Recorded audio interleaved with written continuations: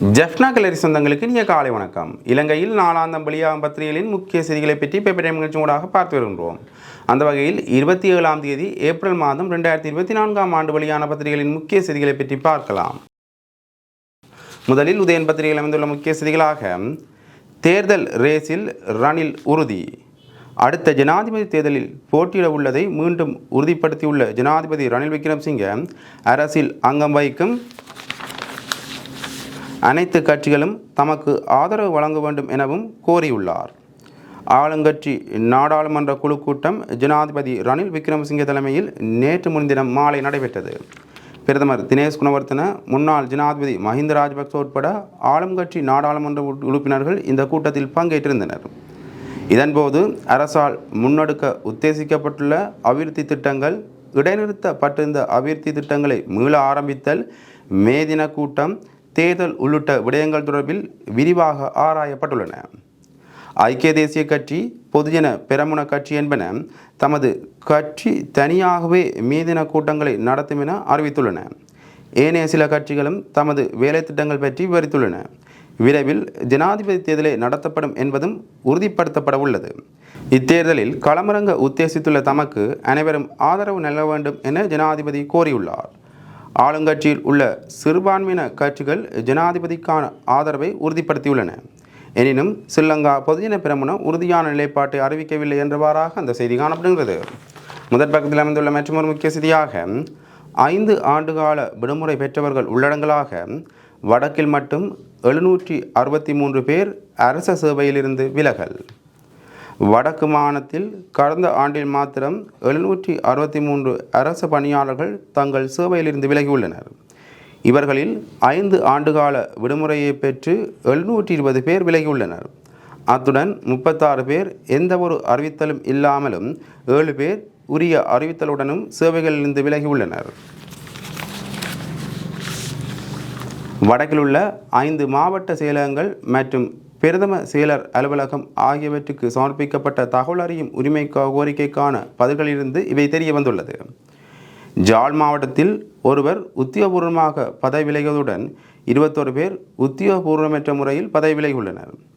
மேலும் 5 ஆண்டுகால விடுமுறைக்கு 99 பேர் விண்ணப்பித்துள்ள நிலையில் 79 பேருக்கு அனுமதி வழங்கப்பட்டுள்ளது. கிளிநொச்சி மாவட்டத்தில் ஒருவர் உத்தியோகபூர்வமாக விலகியுள்ளதுடன் 7 பேர் உத்தியோகபூர்வமற்ற முறையில் விலகியுள்ளனர்.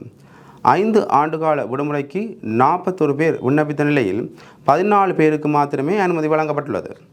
முல்லைத்தீவு மாவட்டத்தில் 5 ஆண்டுகால விடுமுறைக்கு 28 பேர் விண்ணப்பித்த நிலையில் அவர்களில் 22 பேருக்கு ஒப்புதல் கிடைக்கப்பட்டுள்ளது. மன்னார் மாவட்டத்தில் 2 பேர் உத்தியோகபூர்வமாக பதவி விலகி உள்ளனர். 5 ஆண்டுகால விடுமுறைக்கு விண்ணப்பித்த 16 பேருக்கும் அனுமதி கிடைக்கப்பட்டுள்ளது.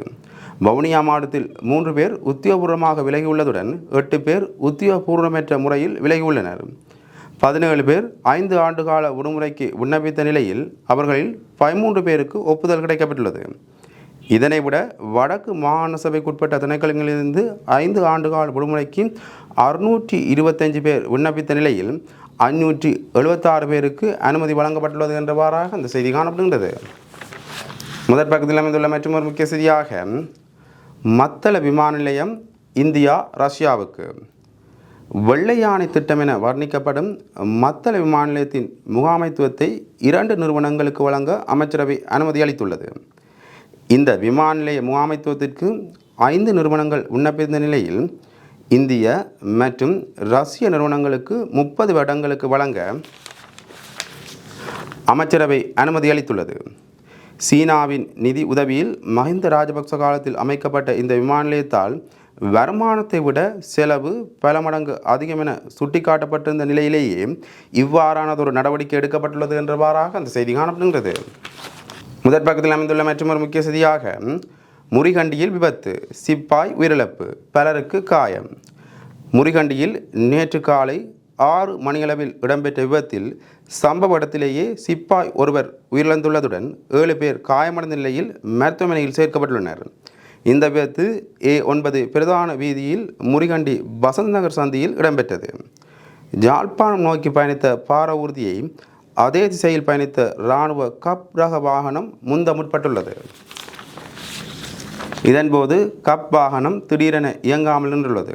அப்போது எதிரே வந்த வாகனம் நேருக்கு நேர் மோதினால் விபத்துக்குள்ளாகிவிடும் எனும் அச்சத்தில் அதை தடுக்கும் நோக்குடன் பார ஊர்தியை சாரதி செலுத்த முற்பட்டுள்ளார். இதன்போது கப் வாகனத்தில் பார ஊர்தி மோதியதில் அதில் பயணித்த 2 சிப்பாய்கள் வீதியில் விழுந்துள்ளனர். அதில் ஒருவர் மேல் பார ஊர்தி ஏறியதில் சம்பவ இடத்தில் அவர் உயிரிழந்துள்ளார். உயிரிழந்தவரின் சடலம் கிளிநொச்சி மருத்துவமனையில் ஒப்படைக்கப்பட்டது.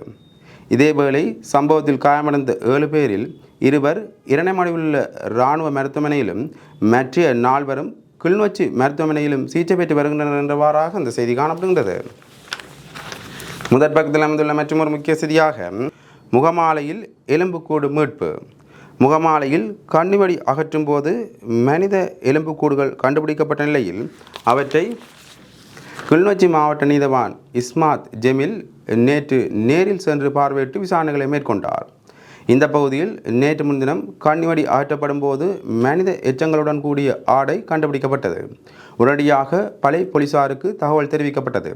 போலீசார் மாவட்ட நீதிமன்றத்தின் கவனத்திற்கு கொண்டு சென்றதை அடுத்து நீதவான் எச்சம் மீட்கப்பட்ட இடத்தை நேற்று நேரில் சென்று பார்வையிட்டார். கண்ணிவடி அகற்றும் பணியை தொடர்ந்து முன்னெடுக்குமாறும் கிடைக்கப்படுகின்ற எச்சங்கள் மற்றும் தடயங்கள் தொடர்பாக பளை போலீஸ் நிலைய பொறுப்பதிகாரியின் கவனத்துக்கு கொண்டு செல்லுமாறும் தற்போது கிடைக்கப்பெற்ற மனித எச்சங்களை சட்ட மருத்துவ அதிகாரி மூலம் பரிசோதனைக்கு உட்படுத்த அனுப்பி வைக்குமாறும் நாளை மறுதினம் திங்கட்கிழமை சம்பவ இடத்திற்கு வருகை தந்து பார்வையிடுவதாகவும் நீதவான் தெரிவித்துள்ளார் என்றவாறாக அந்த செய்தி காணப்படுகின்றது. முதற் பக்கத்தில் அமைந்துள்ள மற்றொரு முக்கிய செய்தியாக நாடாளுமன்றில் எதிர்ப்பு பதாகைகளை மீட்டது அதிரடிப்படை. உயிர்த்த தாக்குதல் தொடர்பாக அரசாங்கத்தை விமர்சிக்கும் பதாகைகள் எதிர்க்கட்சி நாடாளுமன்ற உறுப்பினர்களின் மேசைகளின் கீழ் வைக்கப்பட்டிருந்த போது விசேட அதிரடிப்படையால் அவை அகற்றப்பட்டுள்ளன. உயிர்த்த தாக்குதல் தொடர்பிலான சபை ஒத்துழைப்பு விவாதம் 3 நாட்கள் நடைபெற்றன. இதன்போது இவை கொண்டுவரப்பட்டிருக்கலாம் என்று தெரிவிக்கப்படுகின்றது என்றவாறாக அந்த செய்தி காணப்படுகின்றது. 3ஆம் பக்கத்தில் அமைந்துள்ள முக்கிய செய்தியாக வடக்கு கிழக்கில் வெப்பம் உயரும், அவதானமாக இருக்குமாறு எச்சரிக்கை. வடக்கு மற்றும் கிழக்கு மாகாணங்கள் உட்பட நாட்டின் பல பகுதிகளிலும் தற்போது காணப்படும் அதிகரித்த வெப்பநிலை இந்த மாதத்தின் இறுதி நாட்களிலும் அடுத்த மாதத்தின் ஆரம்ப நாட்களிலும் மேலும் அதிகரிக்கும் என்று எச்சரிக்கப்பட்டுள்ளது. ஜாழ்ப்பாண பல்கலைக்கழகத்தின் புவியியல் துறையின் சிரேஷ்ட விரிவுரையாளர் நாகமுத்து பிரதீபராஜா இதனை தெரிவித்துள்ளார்.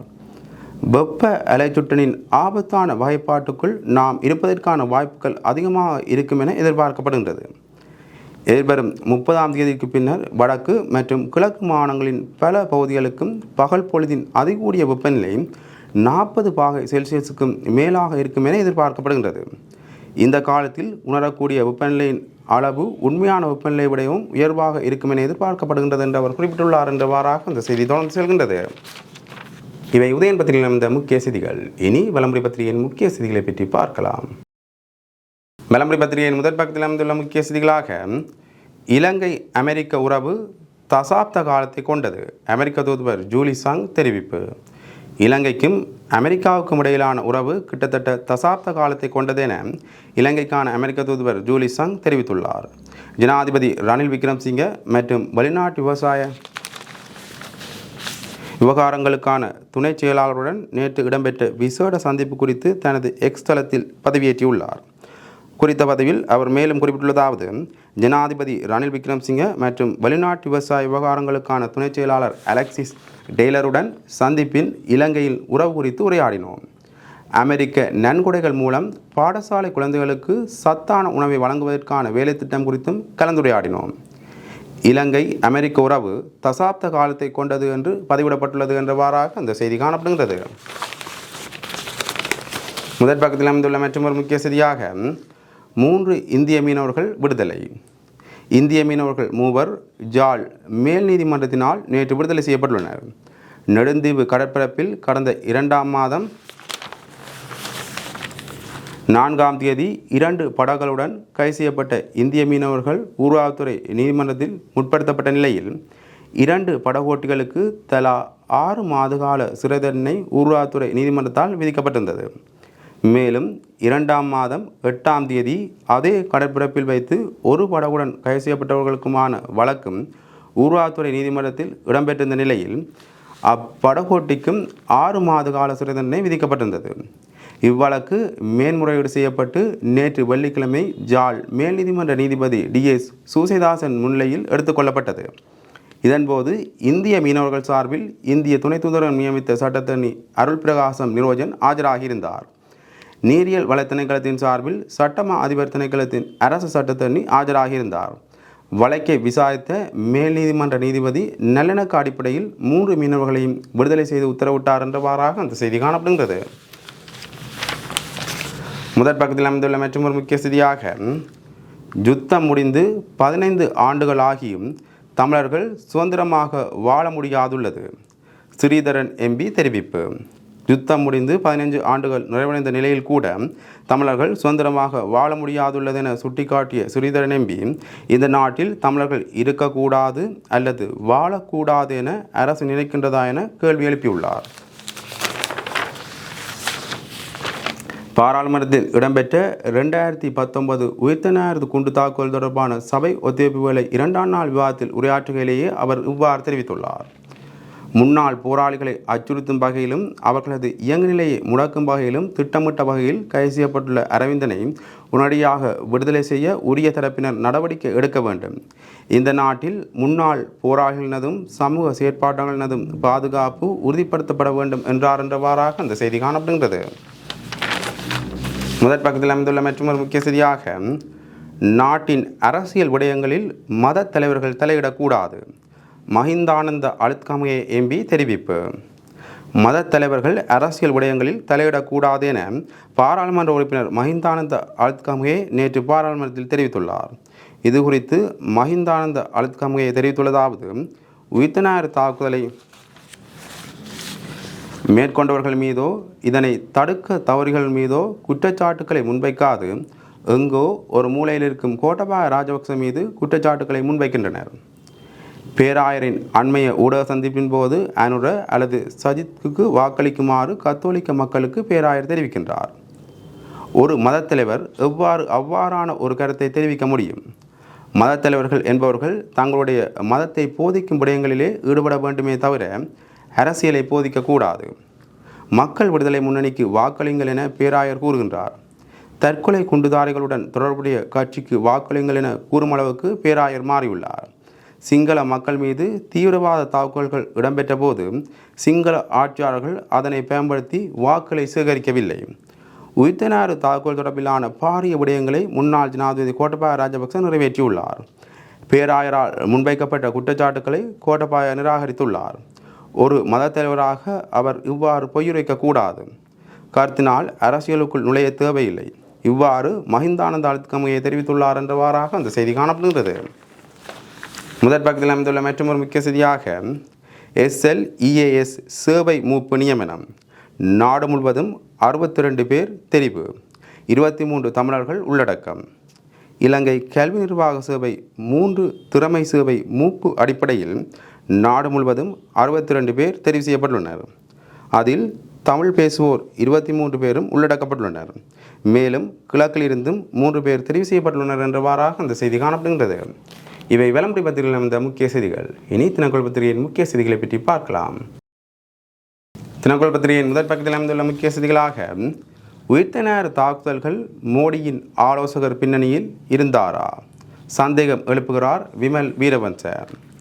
உயிர்த்த தாக்குதலின் பின்னணியில் இந்திய பிரதமரின் பாதுகாப்பு ஆலோசகர் அஜித் டோவால் செயற்பட்டுள்ளார் என்ற சர்ச்சைக்குரிய கருத்தின் உண்மைத்தன்மை என்னவென கேள்வி எழுப்பிய தேசிய சுதந்திர முன்னணியின் தலைவரும் MPயுமான விமல் வீரவன்ச, உயிர்த்த குண்டு தாக்குதல் இலங்கை ஜனாதிபதி தேர்தலில்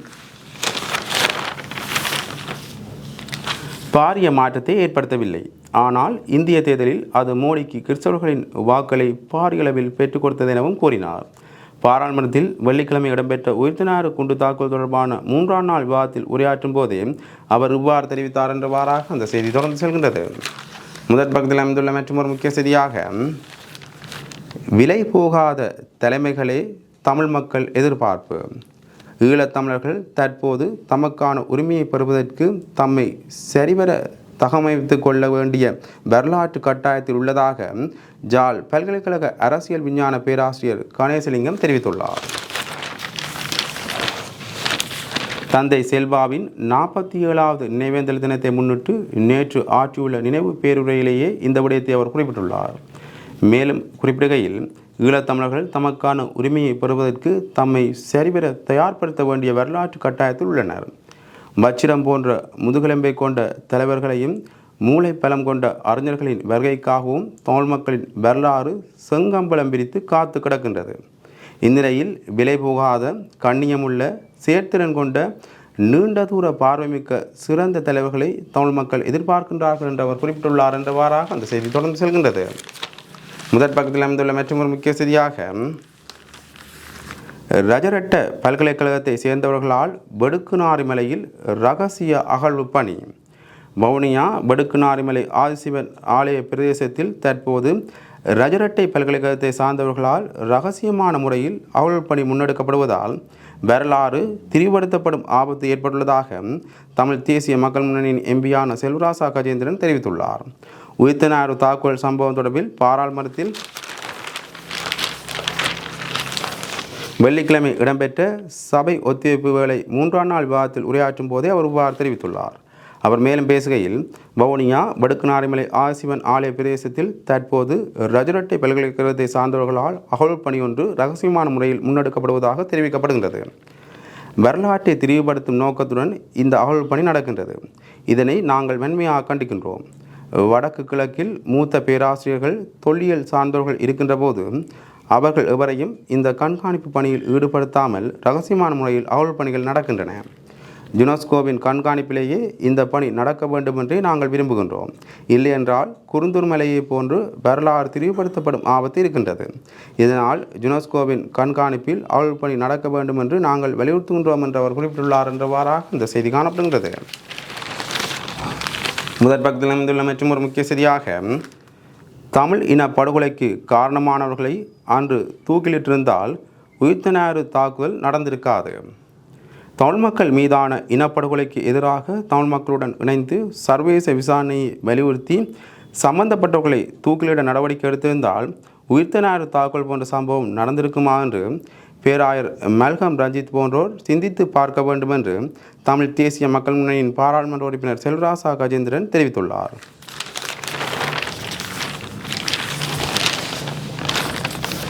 உயிர்த்தனாறு தாக்குதல் சம்பவம் தொடர்பில் பாராளுமன்றத்தில் வெள்ளிக்கிழமை இடம்பெற்ற சபை ஒத்திவைப்பு வேளை 3ஆம் நாள் விவாதத்தில் உரையாற்றும் போதே அவர் இதனை கூறியுள்ளார். அதன்போது கஜேந்திரன் எம்பி மேலும் கூறுகையில், அம்பாறை மாவட்டத்தில் கல்முனை வடக்கு தமிழ் பிரதேச செயலக அலுவலகத்தை தரமுறைக்கு உப செயலகமாக மாற்றுவதற்கான சதி நடவடிக்கைகள் இடம்பெறுகின்றது. அதற்கு பொது நிர்வாக உள்நாட்டு அலுவலர்கள் அமைச்சும் துணை போகின்றதா என்ற கேள்விகள் எழுகின்றன. இந்த நிலைமையால் அங்குள்ள தமிழ் முஸ்லீம் மக்களிடையே பதற்றங்கள் அதிகரித்து வருகின்றது. இதேவேளை 2019ஆம் ஆண்டு தேவாலயங்களுக்குள் நடந்த குண்டு தாக்குதல்கள் தொடர்பில் 5 வருடங்கள் கடந்துள்ள நிலையிலும் அது தொடர்பில் விவாதம் நடத்தி வருகின்றோம். இந்த தாக்குதல் தொடர்பாக பாராளுமன்ற உறுப்பினர்கள் கருத்துக்கள் மற்றும் ஊடக செய்திகளை பார்க்கும்போது அரச புலனாய்வு பிரிவினரே தாக்குதலை நடத்தியுள்ளனர் என்று அவர் குறிப்பிட்டுள்ளார் என்றவாறாக அந்த செய்தி தொடர்ந்து செல்கின்றது. முதற் பக்கத்தில் அமைந்துள்ள மற்றும் ஒரு முக்கிய செய்தியாக, உயிர்த்தனாறு குண்டு தாக்குதலுக்காக முன்னாள் போலீஸ் அமைச்சர்கள் 2 தூக்கிலிடுங்கள். 80 வயதாகியுள்ள நிலையில் தனது பதவிக்காலத்தை நீடித்துக் கொள்வதற்காக பேராயர் கர்தினால் மல்கம் ரஞ்சித் உயிர்த்தனாறு குண்டு தாக்குதல் பற்றி பேசுகின்றார். இப்போது ஜேவிபிக்கு வாக்களிக்குமாறு கூறுகின்றார் என தெரிவித்த கைத்தொழில் இராஜாங்க அமைச்சர் சாமர சம்பத் தசாநாயக்க உயிர்த்தனாறு குண்டு தாக்குதல் தொடர்பில் அப்போதைய போலீஸ் அமைச்சர் ரஞ்சித் மத்தும பண்டார, போலீஸ் இராஜாங்க அமைச்சர் நளின் பண்டார ஆகியோரை தூக்கிலிட வேண்டும் எனவும் வலியுறுத்தினார். பாராளுமன்றத்தில் வெள்ளிக்கிழமை இடம்பெற்ற உயிர்த்தனாறு குண்டு தாக்குதல் தொடர்பான 3ஆம் நாள் விவாதத்தில் உரையாற்றும் போதே அவர் இவ்வாறு வலியுறுத்தியுள்ளார் என்றவாறாக அந்த செய்தி தொடர்ந்து செல்கின்றது. இவை தினக்குள் பத்திரிகையில் இந்த முக்கிய செய்திகள். இன்று வெளியான பத்திரிகைகளின் முக்கிய செய்திகளை பற்றி பார்த்தோம். தொடர்ந்தும் பத்திரிகை செய்திகளை அறிந்து கொள்ள பேப்பர் டைம் நிகழ்ச்சியோடு இணைந்திருங்கள். நன்றி, வணக்கம்.